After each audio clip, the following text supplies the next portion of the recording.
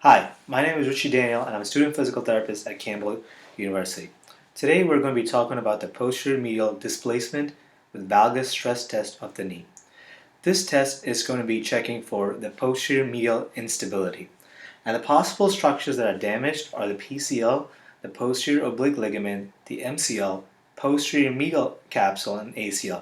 So this test could ring positive for damage to any one of these structures, or even a group of them or a combination of them. So it's important to also perform a further battery of tests afterwards using our single planar tests like the valgus stress test and the varus, or the posterior drawer test and anterior drawer test to um, identify which structures are specifically injured. Another thing to know about this test and is the fact that it also checks for the posterior oblique ligament that could be injured, and there's research out there that supports that the posterior oblique ligament and the posterior medial capsule have a significant role in the prevention of additional posterior tibial translation in the knee with posterior cruciate ligament injuries. The posterior oblique ligament should also be addressed in the patient with combined injuries to PCL and the posterior medial structures. So this is my patient right here, Nate, and I'm just going to explain to Nate real quick what I want to do.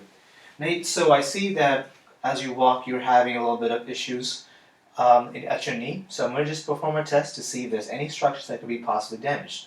So in order to perform the test, you want to make sure you grasp the distal end of the leg with one hand and have your other hand right at the joint line.